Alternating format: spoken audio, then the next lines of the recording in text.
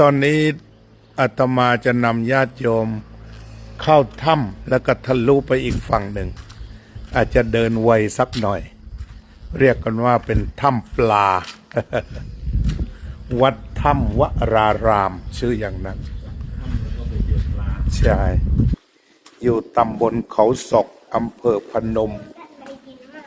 จังหวัดสุราษฎร์ธานีตอนนี้เราเข้าถ้ำเลยนะเจริญพรมีไฟติดถ้ำใหญ่เดินได้สะดวก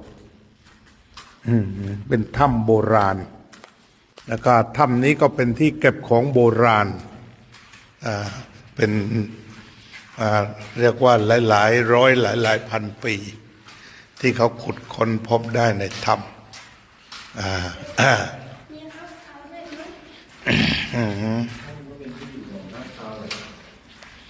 ถ้ำกันเป็นที่อยู่ของค้างคาว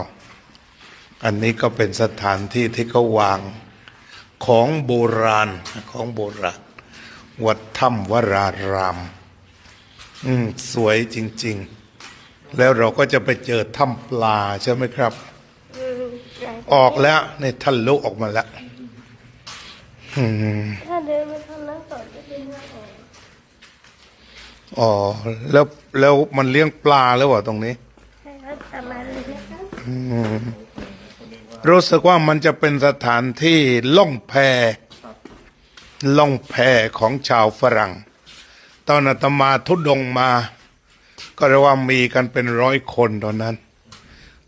หลังพรรษานี่ก็เป็นถ้ำปลามีปลาจำนวนมากมายที่เขาเลี้ยงไว้ทางฝั่งนี้ก็สวยมากนี่ก็คือเป็นวัดที่อาตมาทุดงผ่านมา Walk for Peace แล้วก็พัก1 คืนก่อนที่จะเดินทางต่อไป